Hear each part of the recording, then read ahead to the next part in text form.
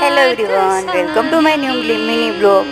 આજે છે ધનતેરસ, તો તમને બધાને મારા અને મારા પરિવાર તરફથી ધનતેરસની બહુ બધી શુભકામનાઓ. ધનતેરસ હતી એટલે સવારથી જ ઘર ડેકોરેશન કર્યું, મંદિર શણગાર્યું, સાંજ પડતા માતાજીની પૂજા કરી અને પછી આખા પરિવારે મળીને માતાજીની આરતી કરી. પછી મારા ઘરની લક્ષ્મીજી છે બેઉ, એની પૂજા કરી.